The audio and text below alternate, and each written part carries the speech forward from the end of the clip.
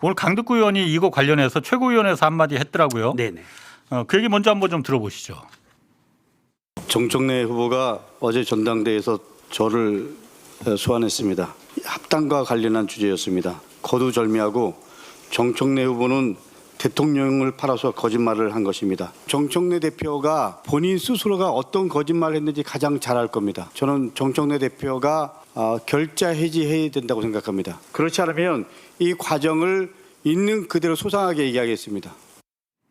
이 과정을 그러니까 있는 그대로 저도 좀 그게 정말 궁금한데 어떤 과정을 말씀하는 거지? 페이스북에 쓰게 된 과정을 말하는 건가? 합당 관련 과정을 합당에서 이야기한다니까. 있었던 일, 예. 과정에서 있었던 일. 페이스북 쓰게 된 과정 그거 말하는 거 아니에요? 저는 그게 사실 물론 저- 그러니까 합당 과정도 궁금하지만은 예. 일단 요거부터 좀 정리를 하자고요. 그러니까 어제 정청래 대표가 그 얘기를 한 거예요.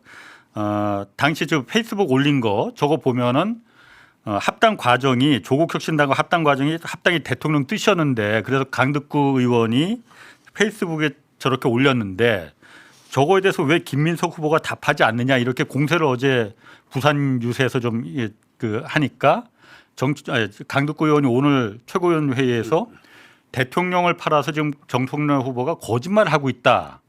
그래서 저걸 빨리 결자 해지 정청래 후보가 본인이 결자 해지 않으면은 이걸 소상히 다 말을 하겠다 그러면서 오늘까지 지켜보겠다고 했거든요. 오늘까지. 내일 꼭 얘기를 해주셨으면 좋겠는데. 나도 그래. 아니 왜 근거들을 가지고 말을 안 하고 나한테 근거가 있는데 적절한 시기에 풀겠다 이러고 있냐고. 글쎄 말이야. 아니 본인 페이스북을 이야기하는 거라면 네. 예단을 갖고 썼다가 지웠다며 여기에 무슨 과정이 있을 거며 네. 그리고 조국혁신당과의 합당 과정에서 있었던 일들이라면 그 부분을 소상하게 밝히겠다. 이게 정청래가 무슨 결자 해지할 그런 게 있는 내용인가요? 그러니까 결자 해지는 본인들이 해야 되는 거 아닌가요? 아니 그래서 제가 사실 오늘 그래서 지난번에도 저 처음에 뉴스공지에서 저 한번 예, 나왔잖아요. 한번. 그래서 예. 도저히 제가 제 과문해서 그런지 기본 상식으로 내 이해 납득이 안 가서 그때 전화를 계속 안 받으셨는데 오늘도 그래서 한번 좀 전화를 해봤어요 제가. 그랬더니 강덕구 의원한테. 예. 전화를 안 받으시더라고. 보좌관도 이제 전화를 안 받으시고 그래서 근데 사실은 제 전화라서 안 받는 거야. 그래서 우리 제작진한테 한번 야, 네가 한번 전화 한번 해봐라. 내가 안 받으니까 그랬더니 나중에 다시 그 제작진은 전화가 왔더라고 강덕구 의원이. 그래서 그걸 좀 물어봤더니 제가 물어본 건 아니고 제작진이 좀 물어봤더니 그 페이스북 글은 그게 본질이 아니다. 그리고 거기에 대해서는 말할 이유가 없다. 이렇게 답을 했더라고요. 보좌진이요? 아니 강덕구 의원 본인이. 강덕구 본인께서. 예. 내가 좀 전화를 했으면은 그게 왜 본질이 아닌가? 그게 아니, 지금 본질이라서 사람이 여기까지 온 질문을 했는데 그 질문에 답을 하면 되지. 왜 그 질문의 본질을 본인이 정해요? 페이스북에 왜 글을 이렇게 올리셨어요? 해서 그거 본질이 아니에요. 질문한 사람의 문제는 페이스북에 왜 글을 이렇게 올렸냐인데 거기에 대해서 그 본질이 아니라고 하는 건 답을 안 하겠다는 말이죠. 이게 말씀을 저거에 대해서 하셔야 될 이유가 지금 세 가지가 있어요. 제가 보기에 첫 번째는 저거 나왔다가 지워진 과정에서 예. 보좌관이 잘못 올려가지고 지웠다 그렇죠. 그랬거든. 근데 김민석 후보자가 강덕구 의원이 쓴 건데 강덕구 의원한테 물어봐야 된다라고 승질을 냈단 말이에요. 그걸 왜 나한테 물어보느냐고 김민석 후보가 말했지. 그러니까 김민석 후보를 지지하잖아요. 지금 강덕구 최고위원이 누가 봐도. 예. 그러면 본인이 지지하는 김민석 후보의 요청에 응답을 하셔야 될 게 두 번째고. 예.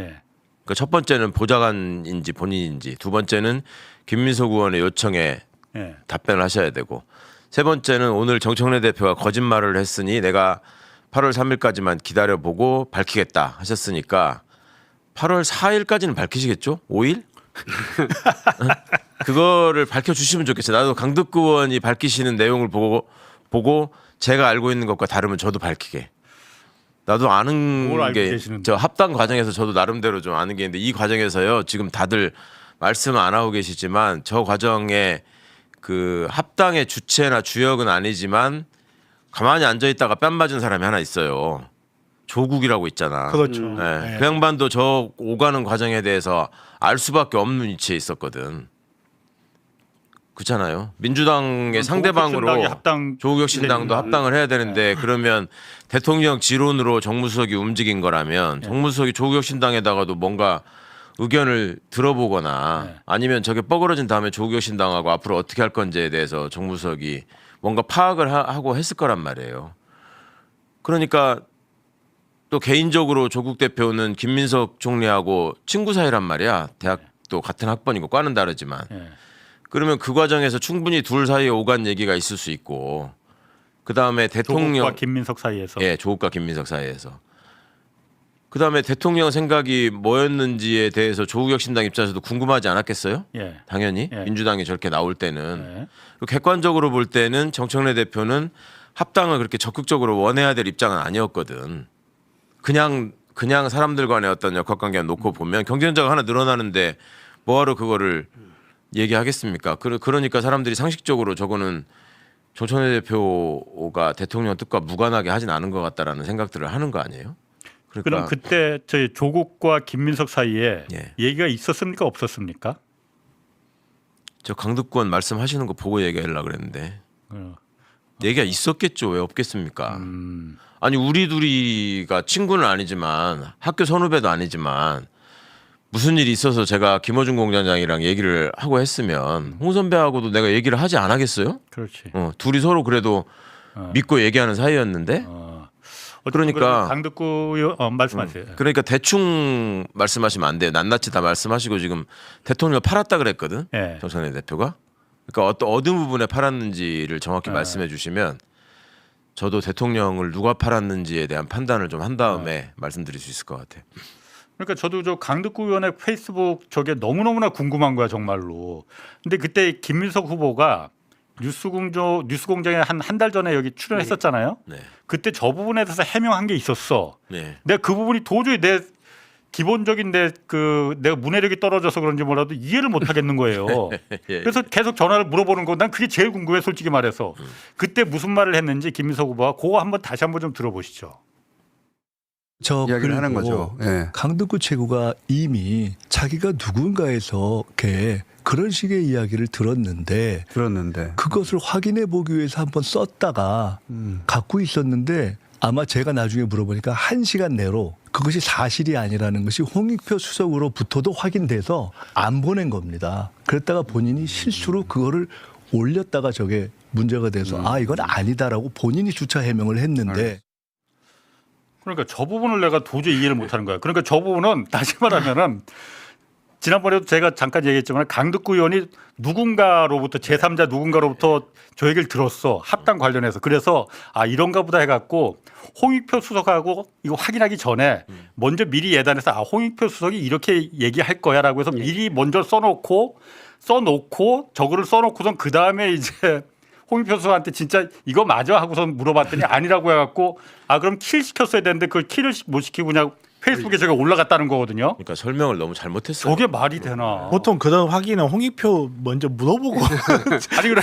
아니 누군가한테 들은 얘기를 강득구 최고가 확인해 보려고 일단 메모해 놓는 거라는 취지잖아요 지금. 그렇지.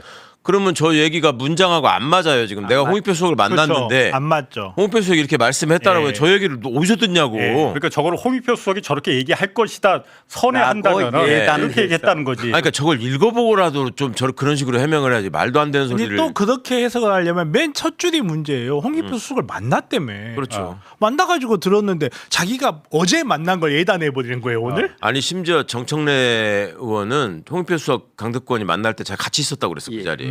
그렇지 그렇게 얘기했지. 네. 그러니까 저기는 누가 누구를 팔았는지가 드러나야 돼요. 3자를 통해서. 그리고 저는 주목하고 있는 게 여러분들은 어떻게 들으셨는지 모르겠는데 김민석 후보가 지금 말씀하는 거 보면 8월 통합 전대를 얘기한 거는 전혀 사실이 아니다. 8월을 굉장히 강조해요. 통합 전대에 관해서 8월. 8월 통합 전대. 처음부터 그랬어요. 내가 총리인데 그걸 몰랐겠냐. 8월 통합 전대는 전혀 아니다. 그 말씀을 계속 하거든. 근데 생각해 보세요. 지금 저기 그 이현주 김민석 간의 텔레그램이라고 추정되는 그 문자를 보면 예. 지방선거 전에 통합이 통해 입장이라는 건 바람직하지 않다 뭐 이런 식으로 써놨잖아요. 예. 그럼 지방선거 전에 통합인데 8월 달에 무슨 통합전당대회를 해요. 지방선거가 6월 3일인데 통합전당대회 하려면 최소한 4월 달에 했어야지. 그렇죠. 그러니까 4월 달 통합전대에 대해서 어떤 입장을 갖고 있었고 무슨 얘기를 들었느냐를 얘기를 해야 되는데 8월 달 통합전당대회는 없는 말이다라고 얘기를 해. 그리고 지금 이제 강덕구 최고가 홍익표 수석한테 얘기를 듣고 나서 잘못 알았다라는 거를 홍익표 수석한테도 확인을 한 다음에 지웠다라고 얘기했거든요. 그러면 홍익표한테 강덕구가 내가 만났냐고 물어보니까 안 만났다고 해서 사실이 아닌 걸로 확인해서 지웠다는 말이야? 뭔 소리야 이게. 그러니까 그 말이 맞으려면 나중 말하고 이어지면 8월 통합 전대는 사실이 아니다 라는 말하고 이어져야지 네. 그나마라도 문맥이 되는데 그것도 답은 아니다. 저건 문맥이 안 되지. 저 당시에 합당 얘기는 4월 5월 4월 저거를 달 합당을 말하는 거다. 예단에서 미리 써놓은 거라면 저 세 번째 그 그리고- 노란 줄 입장 내일 합당에 관한 입장을 발표하면서 대통령의 입장까지 전달받다는 거. 어떻게 저걸 홍익표 그러니까요. 쪽이 미리 말할 아니, 거라고 어떻게 그리고 예단을 예단을 어떻게 어저께 일을 예단을 해? 이게 가능한 말이 아니잖아요. 아니, 그러니까 과거 저기 그리고 여기는- 대통령 뜻이 대통령 입장이라는 말까지 나왔거든요. 그러니까. 그러면 대통령하고 정무수석을 팔아서 합당에 대해서 저렇게 얘기를 하면 반면 아니고 뭡니까? 이렇게 말해야지. 김민석 논리라면. 아니 저는 그래서 뭐 이게 누구 뭐 전당대 저게 누가 유리하고 불리하고 이걸 떠나서 저게 너무나 궁금한 거예요. 그리고 제가 이해를 못하는 거 아까 이현주 의원 그 텔레그램 얘기도 했지만 그게 이현주 의원이 보냈다 안 보냈다도 아직 확인이 되지 않았지만은 보내지는 않았어요. 저기. 그렇죠. 보내진 않았죠. 진짜 써 있으니까. 저 손가락이 이현주냐 아니냐 이것도 지금 그렇고 저 강두권 페이스북도 그렇고 기자들이 이걸 왜 안 물어볼까? 나 그게 너무나 궁금한 거야. 아니 안 물어보는 이유는 저는 알겠던데 다 알던데 안 네. 쓰고 안 쓰고 안 있는 게 쓰고 이상한 있는 거지. 것뿐이지. 그렇죠. 안 쓰는 거죠. 네. 오히려 최민희 의원이 뉴시스 기자들 만났을 때 여기에 대해서 밝히라고 계속 몇 번을 요구하는데 안 밝혔잖아요. 근데 그러니까 그런 거 보면 저희들은 대충 예측은 할 수 있는 거죠. 아니, 한두 명이 안 쓸 수는 있지만은 네. 전체가 이렇게 담합해서 그러니까 희한해요. 이게 아니, 가능한 일인가? 아니 근데 왜냐면 네. 저 사진을 찍은 사람이 공식적 입장을 내지 않으면 네. 모두가 알고 있다 하더라도 그걸 기사로 내기엔 부담스러울 수는 있죠. 아니 사진을 찍은 사람이 안 낸다 하더라도 뉴시스 기자 보도국 내에서는 알 거 아니에요. 그게 어떻게 비밀 연합도 아니고 종교 단체도 아니고 그게 어떻게 밖으로 안 나갈 수가 있느냐 이거. 기자를 해보셨으니까 제가 다른 기자들한테 왜 안 쓰냐고 그랬더니 그러던데 저게 언론의 관행상 직접 사진을 찍은 당사자가 밝히지 않는데 다른 사람들이 취재해가지고 내는 거는 좀 불문율상 그렇게 안 한다. 그런 게 어디 있어 여태까지. 근데 말 같지 않은 소리를 그렇죠. 말도 안 돼. 예. 나는 하지도 않은 말 지네들끼리 다 찾아나가고 잘 쓰던데 막 30개 50개씩 쓰던데 아무튼 그래서 이제 그 어쨌든 강덕구 최고위원이 정청래 후보가 결자 해제해야 된다. 오늘까지 지켜보겠다고 했으니까 뭐 내일쯤에서 저는 저거 진짜 너무너무 궁금한 거야 진짜로 솔직히 말해서. 저는 저 강덕구 최고님의 말씀도 참 이해가 안 되고요. 왜냐하면 저게 지금 정청래 후보가 뭘 결자 해지하라는 거지? 본인들이 사실은 결자 해지를 해야 되는데 그리고 아까 김민석 그 후보 이야기도 들어보면은 저는 말 자체가 일단 이해가 잘 안 돼요. 제가 어떤 경험과 오버랩이 되냐면요. 제가 그 경찰이나 검사 앞에서 제가 예전에 조사받을 때 거짓말을 해야 되잖아요. 네. 거짓말을 하면요. 말이 자꾸 꼬이고 군더더기가 자꾸 생깁니다. 사실을 말하면 사실은 항상 단순하고 명쾌하고 군더더기가 없어요. 근데 보면은 이제 거짓말을 얘기할 때는 이게 비비 꼬입니다. 그래서 아까 저는 김민석 저 후보 말씀하시는 게 저게 도대체 저게 무슨 말이야? 아유, 문장 자체가 성립이 안 돼요. 지금 신석계 최고위원도 한 번 모셨어야 되는데. 몇 번 맞아요. 저는 친청이 아닙니다. 그러니까 결국은 그냥 대통령의 뜻이기도 했고 그리고 정청래 대표가 강하게 이제 한번 추진해 보려고 제안했던 합당 선언을 합당 제안이었죠. 합당 제안이 마음에 안 들었던 것이죠. 마음에 안 들었던 쪽에서 지금 강덕구 최고라든가 이현주 최고 등을 통해서 뭔가 작업을 했는데 그걸 고지고대로 뭐 발표할 수는 없잖아요. 인정할 수는 없고. 그러니까 마음에 안 들 수는 있죠. 마음에 안 들 수 있는데 제가 그러니까 요즘 민주당이 좀 답답한 게 이것뿐만이 아니고 지금 일련의 과정 여러 가지를 보면은 뭔가 사고가 나서 이게 막 사고가 산불이 됐는데 맺고 끊는 게 없어. 네, 그냥 좋은 게 좋으니까 그냥 대충 넘어가자 이거라서 맞아요. 그게 제일 문제예요 지금. 문제는 좋은 게 좋은 것도 아닌 것 같은 게 문제죠. 그래서 좋은 것만 좋은 예, 거고 예. 나쁜 건 분명히 나쁜 겁니다. 그거는 고쳐야 되는 거예요. 예를 들어서 그러니까 지나간 에파토이지만 신천지 문제만 하더라도 본인이 던져놓고 아무런 답도 하지 않고 얼머무뎌버리고 그냥 넘어가자. 아니 3자 연합을 끊는 게 전당대회 본질이라면 전당대회 끝나고 해결하자. 지금 사실 이것도 저는 비슷하게 느껴지거든요. 그냥 사람들한테 문제를 던져놓고 아니면 말고 이게 그리고 이게 출구 전략이라고 내세우고 있는 것들이 출구 전략이 없는 게 출구 전략인 것 같아요. 그러니까 말 그대로 던져놓고 그거는 전당대회 끝나고 이야기해. 이런 식으로 그걸 출구 전략으로 내놓는 그러니까 무책임하다는 거예요. 제가 방금 전에 여기에서 통일교 이야기하니까 우리 기자님도 그런 이야기 함부로 하지 말라 그러잖아요. 근데 당대표 후보라는 사람이 공영방송에 나가가지고 신천지 이야기를 해버려요. 그러니까 그것도 근거가 있다는 식으로. 이런 것처럼 이 사람이 갖고 있는 정치력을 과연 믿을 수 있나 이런 부분들이 너무 많이 보인다는 거예요. 이거를 명확하게 설명을 하지 못하시면, 그러니까 이제 명확하게 설명을 모든 사안에 못하는 건 아니에요. 지금 계엄 당일날 있었던 일에 대해서는 감기약 봉지까지 들고 나와서 명확하게 설명을 하셨다고. 그렇게 하면 되죠. 만약에 그렇게 못하면 이게 지금 반명 분열주의 신천지의 3자 비밀 연합이 아니라 페이스북, 텔레그램, 신천지의 3자 비밀 연합이 돼 있어 지금. 뭔가 비밀을 얘기하지 못하는 연합이 있어. 페이스북, 텔레그램, 신천지.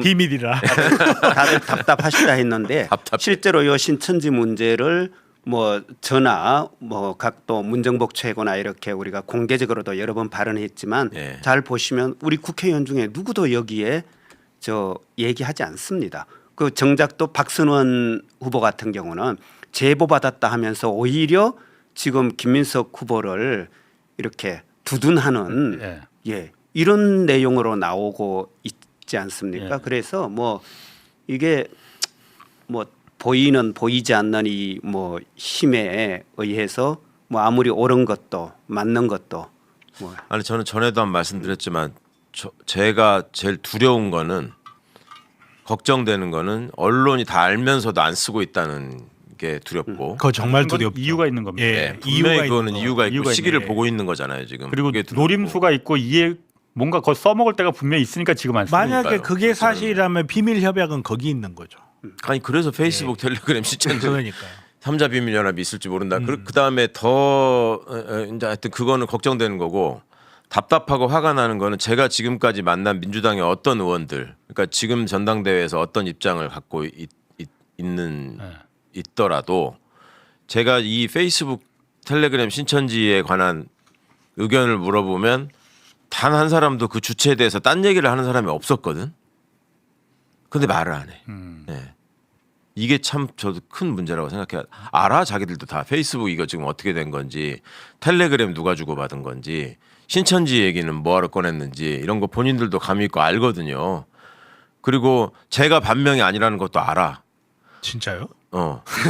아니 제가 직접 다 물어봤기 때문에요. 전화 와서 요즘 김민석 캠프에서 저한테 연락하시는 분들 꽤 있어요. 거기에 열심히 뛰시는 분들이. 그래서 저도 이런 얘기 저런 얘기 듣고 뭐 의논도 하고 이러다가 저도 물어보거든. 그래서 선거 전략이 내가 반명이요? 그러면 아니 그건 아니라고 누가 그러냐고 막 그래.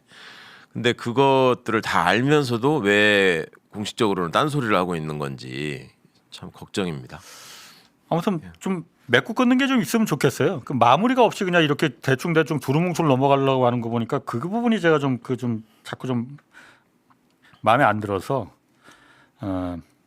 유시민 작가가 지난 주말에 탁현민의 더 뷰티풀 나와서 출연했잖아요. 거기서 이런 얘기했습니다. 저는 이 부분이 좀 딱 들어오던데 그거 한번 좀 들어보시죠. 제가 이제 대통령하고 관계가 있죠. 과거에 뭐 공적인 관계들도 일부 있었고 비평가로서 그다음에 내란을 극복하면서 맺어진 전우회 같은 것도 있었고 그러잖아요. 그러면 이걸 말을 하면 관계가 유지가 안 될 거야라는 생각을 해요. 그것 때문에 기존의 관계가 스톱된다면 기존의 관계가 달라지는 것을 나는 받아들인다. 실제 이 관계를 계속 유지를 하다 보면 특히 비평의 세계에서는 비평을 할 수가 없어요. 있는 그대로 정직하게. 그러니까 이제 그거를 받아들여야 돼요. 제가 냉정하게 얘기를 했는데 그분이 그게 맞아 생각해보니 네 말이 맞아. 우리 술이나 한잔 먹자. 이러면 만날 수 있죠. 그런데 그게 아니잖아요. 아닌 걸 내가 알잖아요. 그렇죠. 네. 그러면 관계를 포기해야 돼요. 그러니까 원수가 되는 건 아니지만 서로 각자의 삶을 사는 걸로 그렇게 갈 수밖에 없는 거죠. 그분은 이제 이재명 대통령을 이제 그 말하는 것 같고 어떻습니까? 그러니까 유시민 작가 그게 아닌 것을 제가 안다 이렇게 말했잖아요. 그러니까 그분이 그게 맞다고 생각하면 이제 다시 관계가 회복될 수 있는데 그게 아니지 않느냐. 아닌 걸 또 유시민 작가 본인이 알지 않느냐. 그러면 그런 관계를 포기하고 각자의 삶을 사는 걸로 갈 수밖에 없다. 이게 좀 슬픈 얘기긴 한데 이걸 어떻게 좀 받아들여야 될지 좀 그 보셨죠, 최 의원님은? 네, 봤습니다. 어떻게 좀 생각하셨어요? 그러니까 그냥 생각해 보면 일반론에 해당되는 얘기긴 하지만 인간적인 관계나 여러 삶의 측면에서 바라보면은 좀 씁쓸한 얘기죠. 그러니까 누군가와 인연을 맺고 있고 관계가 있었는데 비판을 하는 입장에 서게 되면은 그게 끊어질 수도 있다라는 말씀을 한 거잖아요. 뭐 우리가 다 이런 데 앉아가지고 이런 얘기 하는 사람들이 다 비슷하게 느끼는 감정일 수 있는데 또 유시민 작가님은 특히 우리 이재명 대통령이 당선되시는 과정, 그다음에 당선되신 직후에 취임해가지고 뭔가를 이렇게 해가나가는 과정에서 상당히 많이 서로가 서로를 의지하는 밀접한 관계였다라는 걸 알고 있는데 저렇게 말씀하시는 게 좀 마음이 아프시겠죠. 뭐 그건 어떻습니까? 그러니까 대통령이 이제 오늘 귀국하셨잖아요. 그 형사소송법 개정안 이제 지난주에 금요일에 형사소송법 국회 본회의 통과했으니까 이게 72년 만에 검찰 개혁의 첫걸음이 이제 시작된 건데 여기서 아직까지 그러니까 청와대에서는 입장이 나왔지만 이제 국회 의사 존중한다고 일종의 환영의 뜻을 밝혔지만 대통령이 직접 한마디 좀 해주면 좀 큰 힘이 되지 않겠냐 이 생각은 좀 드는데 아직까지는 뭐 말이 없으시단 말이에요. 내일 아마 국무회의가 주재하실 텐데 거기서 이제 얘기를 하실 지금 것도 같고. 귀국하셨죠? 예, 했어요. 예.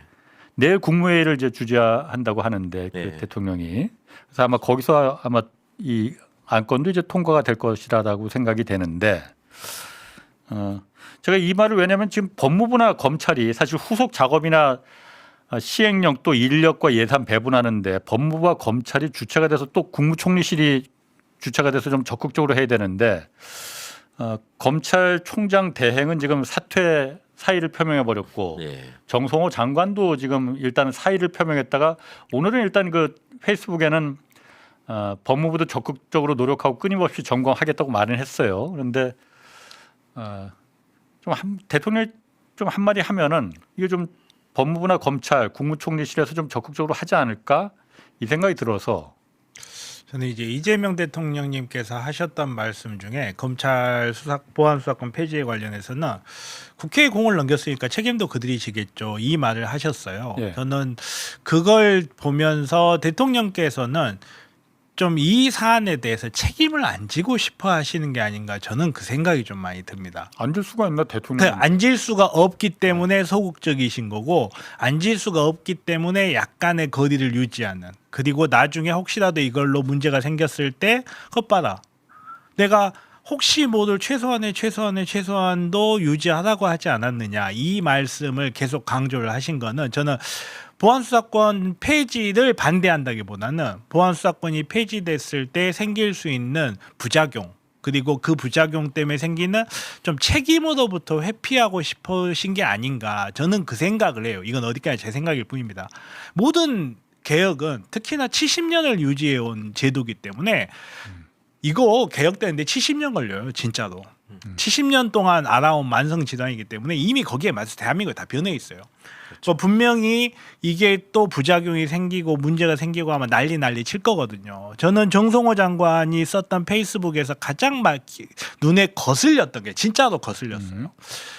부작용이 나온 다음 신속히 보안 수정하는데도 주저하지 않길 바랍니다. 저 말은 보안 수정하겠다는 말이에요. 그러면 이거 어떻게 수정하겠다는 것과 이게 그냥 제 출신이라 사람이 담배를 70년을 피잖아요. 담배 끊어야 돼요, 안 끊어야 돼요? 누구나 다 끊어야 되는 거 알아요. 근데 그 담배 끊잖아요. 그럼 그때부터 담배 피고 싶어져요. 그리고 사람 뇌에서 어떤 일이 일어나냐면요. 스트레스를 조금만 받아도 증폭시켜요. 왜냐하면 담배를 피워야 되니까. 정당성을 만드는 거예요. 이건 신경학적으로 사실이에요.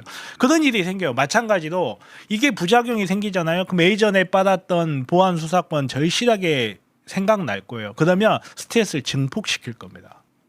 검사가 됐던 언론이 됐건 이미 사실은 벌써 시작됐어요. 그럼요. 그리고 과거에 빨았던 보안 수사권 다시 빨자라고 막 만들 거예요. 저는 저 말을 보면서 이미 기다리고 있는 거 아닌가.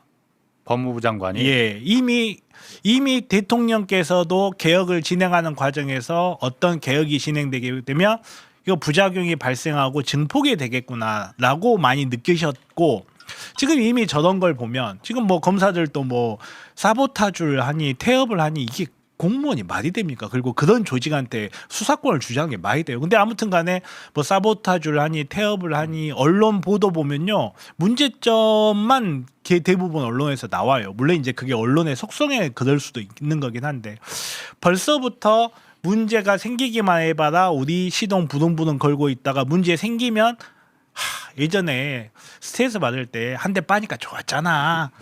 사람은요 문제 해결 방법을 하나를 알면요 그것만 하게 돼 있어요. 망치를 손에 든 자는 모든 문제가 못대가리로 보인다고. 문제가 생기면 검사한테 수사권 줘야 돼. 일부 사람들 틀림없이 그러면 그거 봐라 내가 문제 생긴다 그랬지. 그렇게 나오거든요. 그렇게 나오고 저걸 보면 이미 벌써 시동을 걸고 있는 게 아닌가 그런 생각이 좀 들고 저 진짜 신신당부하고 싶은 게 개혁은 부작용이 동반됩니다. 사람 몸에 머리 아파서 타이레놀 하나를 먹어도 부작용이 있어요. 그것처럼 5,200만 국민이 70년 동안을 쌓아왔던 이 조직이 변했는데 부작용이 없을 수는 없어요. 근데 진짜 여러분들한테 제가 신신당부해주고 싶은 말은 부작용이 생긴다는 거는 시스템이 작동하고 있다는 뜻이에요, 사실은. 아 오히려 예, 시스템이 작동하지 않으면 부작용이 안 생기죠. 안 생겨요. 그러니까 검찰이 70년 동안 수사권을 갖고 있으면서도 대한민국 국민들이 뭐가 문제인지를 2007년, 8년까지 몰랐던 거예요. 예. 왜냐하면 사건이 암장돼 보니까 언론에 나오지도 않아. 그러니까 사람들 문제가 없이 돌아간다고 생각을 하는 거예요. 마찬가지로 경찰에서도 수사권을 갖게 되면 언론도 나오고 검사들도 난리를 칠 거예요. 그걸 보면 그거는 시스템이 작동을 안 한다는 뜻이 아닙니다. 시스템이 작동하고 있다는 뜻입니다. 항상 그걸 좀 기억을 해주셨으면 좋겠어요. 그거 좋은 말이네. 네. 네. 저는 늘 좋은 말입니다. 저는 저 주무장관이 지금 저런 내용을 썼는데요. 형사소송법 개정안이 국회를 통과했는데 이제 검사는 수사할 수 없습니다. 다음에는 우리 국민이 기대하는 그다음 문장은 뭡니까? 검사의 폐악질은 이제 끝이 났습니다. 예. 검사가 더 이상 수사권을 기소권을 무기 삼아서 정치를 유린하고 인권을 유린하는 그 암흑의 역사는 이제 종지부를 찍습니다. 이렇게 가야죠. 그런데 검사는 수사할 수 없습니다 해놓고 그다음 나오는 게 뭐 하늘같이 높은 이상도 태산 같은 명분도 다 부차적이다. 그러면 수사권 기소권 분리는 하늘같이 높은 이상이고 태산 같은 명분이고 거창한 구호일 뿐입니까? 그리고 나서는 그다음 하는 말이 뭐 선이나 기대와 달리 부작용이 나올 수 있다. 신속하게 보완 수정해라. 근데 또 문장 표현도 이상해요. 앞에는 분명히 뭐뭐 하겠습니다. 자신의 의지 표현인데 저거는 주저하지 않기를 바랍니다. 저거는 비아냥이죠. 요청인 겁니까? 검사들한테 나는 이제 짜증나서 더 이상 못 해먹겠다. 그럼 국회에 요청하는 거죠. 그러니까. 저는 좀 아니면 뭐 비아냥 국회 얘기하는 겁니까? 솔직히. 누구한테 하는 건지도 또 잘 모르겠어요. 근데 어쨌건 저거는요. 형사소송법 개정이 갖는 이 중차대한 의미를 어떻게 저런 식으로 그냥 싹둑 잘라버리고 애누리 해버리고 저거는요. 주무장관이 사실은 형사소송법 개정에 저항하는 태도죠. 저건 개혁에 지금 제가 반항하는 태도입니다. 대통령이 이런 그 어쨌든 주무장관들 그리고 부처를 움직이기 힘을 실어주기 위해서는 대통령 어쨌든 최고 결정권자가 대통령이니까 대통령이 좀 중심을 잡고 이렇게 좀 드랍을 걸었으면 어떨까 그런 부분이 필요한 거 아닌가 그런 생각이 들어요. 10월 2일 날 출범하기 위해서 시간도 지금 부족하니까 예. 대통령께서 행정부가 국회에서 이제 법이 통과가 됐으니까 예. 바짝 준비해서 해야 된다라는 뭐 고삐를 당기는 말씀하고 덧붙여서 이 검찰 개혁이라는 게 역사적으로 지금 이재명 정부가 이걸 해낸 정부인데 그 역사적 의미가 그렇지. 뭔지를 좀 국민들한테 말씀해 예. 줬으면 좋겠어요. 예. 그러니까 그 대통령이 늘 말씀하시는 게 그거잖아요.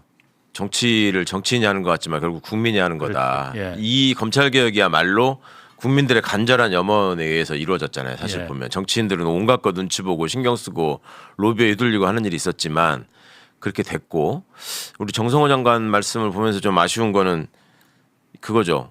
제가 한 번씩 말씀드리는 게 이 국무위원들은 자기가 관장하는 그 부처의 직원이나 부처의 이익을 대표하는 사람이냐 아니면 국민을 대표해서 그 부처가 하는 업무를 통제하고 통솔하는 사람이냐. 뭐 말 하나만 하지 뭐. 당연히 후자잖아요. 그러니까. 심지어 예전에 한동훈이도 그렇게 답했어. 제가 물어봤을 때 국회에서. 예. 그런데 지금 우리 장관들이나 이렇게 움직이는 거 보면은 그 부처 사람들의 이익을 지키는 수장인 것처럼 움직이는 경우가 상당히 많고 예.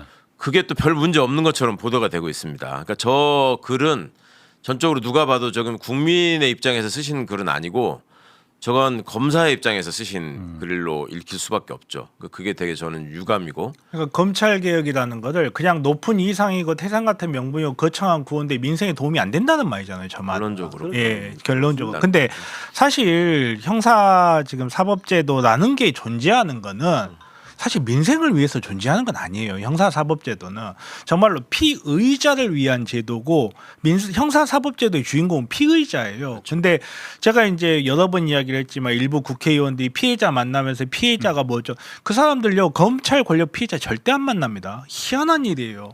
검찰에 수사당하고 정말 몇 년씩 감옥 살다가 나중에 억울하게 나오는 그 사람들하고 인터뷰 절대 안 해요. 정말 범죄 행위가 일어나면 안 되지만 가해자 피해자의 문제에서 국가가 끼어가지고 조정을 할 때 형사사법체계가 잘못 움직이면 형사사법체계가 범죄를 처단했다고 해서 과거의 피해가 회복이 되는 게 아니에요. 물론이죠. 예. 근데 형사사법 절차가 잘못 움직이면 국가에 의한 피해자가 생기는 거예요. 예. 그렇기 때문에 미래를 향해서 국민들의 민생을 돕는다는 것은 국가 권력에 의해서 국민들이 피해를 입지 않는다는 뜻이에요. 근데 저거를 그냥 피해자와 가해자로 나눠버린 다음에 무슨 이게 가해자를 살리고 피해자를 죽인다 이런 식으로 나오는데 형사사법 절차에서의 피해자가 있고 국가가 있는 거예요. 국가 권력에 의한 피해자를 막자고 사실은 검찰한테 수사권을 70년 전에 줬던 거고 이렇게 놔뒀더니 안 되겠다 해가지고 지금 다시 회수하는 거예요. 아니 무슨 천부 인권인 줄 알아 검사 수사권이. 짧아서 좀만 보태자면 너무 중요한 말씀을 해주셔서 이 형사소송법은 헌법에 의해서 제정되는 법률이란 말이에요. 그럼 헌법에 어떤 조항에 형사소송법이 기초하고 있느냐?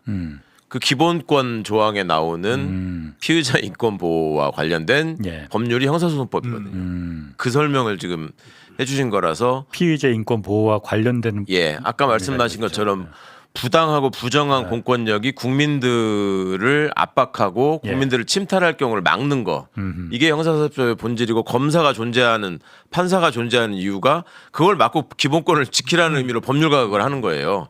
그다음에 또 하나 아까 정 변호사님이 중독 우리가 이제 70여 년 동안 검사라는 존재가 있어 왔고 모든 걸 다 관장하니까 일종의 중독이 돼 있고 금단 현상이 생길 수 있다는 말씀을 하셨는데 저는 적어도 우리 정부의 대통령과 장관과 당국자들은 저 권한을 누려왔던 자들이 저걸 놓쳤을 때 생기는 그 금단 현상. 중독이 검사가 더 심하지. 국민들이 더 심합니까? 검찰 제도에 대한 중독이. 그 중독에서 그 중독을 끊지 못하고 생기는 부작용, 거기에서 오는 금단 현상을 어떻게 철저히 끊어낼 것인가를 말씀하시는 게 더 좋겠다 생각합니다. 지금 해야 될 일은 바로 그겁니다. 금단 현상을 어떻게 최소한으로 줄일 수가 있느냐. 그럼요. 그러니까 내일 서영교 법사위원장하고 김승원 간사 투톱이 좀 출연하기로 했거든요. 그래서 내일 한번 이 부분은 자세히 좀 더 얘기를 하겠습니다. 자, 오늘 여기까지 하겠습니다. 박규환 최고위원, 정필승 변호사, 최강욱 전 의원이었습니다. 고맙습니다. 감사합니다. 네, 고맙습니다.